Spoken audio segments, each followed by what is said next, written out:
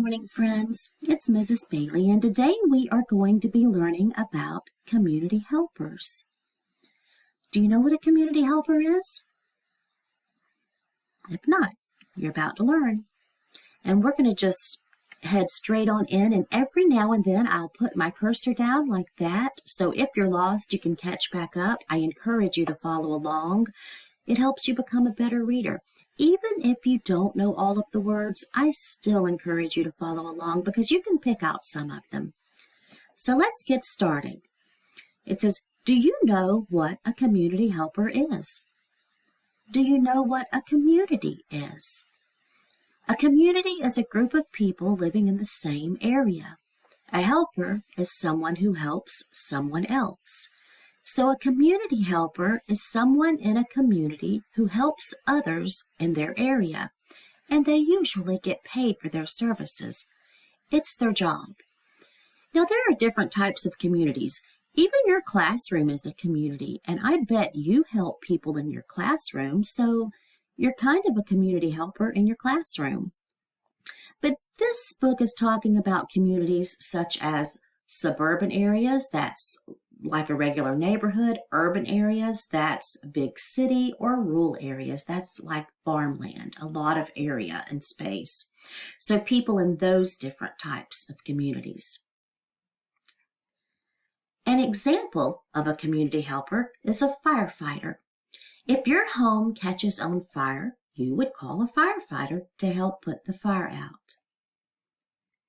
Another example of a community helper is a garbage collector. We use these community helpers all the time because we're always producing garbage, and they help dispose of it for us or get rid of it.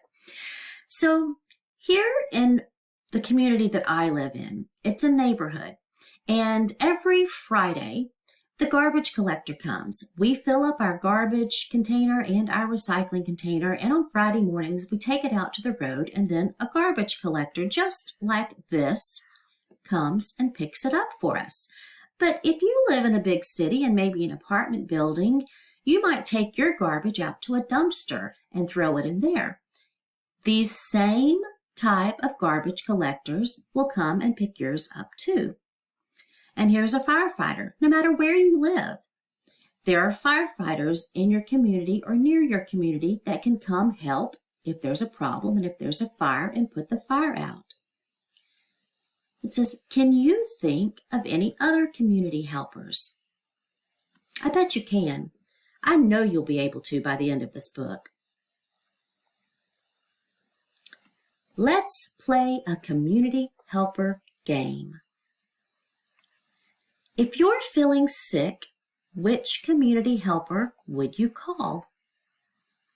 We have a doctor, a hairdresser, and a baker. So if you're not feeling well, which one of these community helpers could you call? A doctor. A doctor can make you feel better. Which community helper can help you get a birthday card to your grandmother? A police officer, a teacher, or a mail carrier? Yeah, I think this mail carrier is the one who's going to get that card to your grandmother. Which community helper can help provide food for your family? We have a farmer, a bus driver, or a plumber. Yeah, if you said farmer, you're correct. Because farmers not only just deal with animals and people and animals on the farm, they also grow crops that they can then sell to farmers markets or grocery stores. And that helps put food on your table. So are you getting the idea of what a community helper is?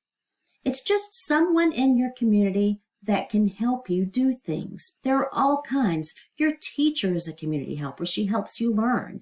The librarian, electricians, just all kinds of community helpers. I bet you know several community helpers. Now that you know what community helpers are, let's take a look at how people in a community are interdependent. That is a big word. And look at this baby. What? Don't worry, it's not nearly as confusing as it sounds. Interdependence is just a big word that means we all depend on each other for different things. She looks like she's got that. So let's find out what it means to depend on people for different things. So let's think about it. You might depend on your teacher to help you learn. What does your teacher depend on you for? To be someone that she can help teach. So that's sort of an idea of interdependence right there. Remember the firefighter we talked about earlier. What if they got hurt in a fire? What community helper could help them? And these are community helpers we've already talked about. We've got it right here. If a firefighter is hurt, they can go to a doctor. It says a doctor, of course. And speaking of doctors, they can produce a lot of trash. The paper on the beds, tongue depressors, those are those things that the doctor puts in your mouth and tells you to open up and say ah so they can look in your throat. Cotton swabs, you name it. Which community helper can help them get rid of this trash? Do you know? I bet you do. Someone we've already talked about. If you said garbage collector, give yourself a big pat on the back. You now know what interdependence in a community is. So let's think of a couple of other examples before I let you go here. How about, say, a hairdresser and a construction worker? How in the world could they be interdependent? How would they depend on each other?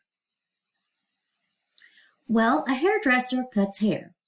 If a construction worker needs to get a haircut, who would he or she go to? A hairdresser.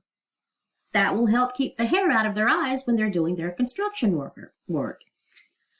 If a hairdresser needs to get to her or his place of work and they have to cross a bridge, they're going to be crossing a bridge that construction workers put together. Or they may be in a building that construction workers help build.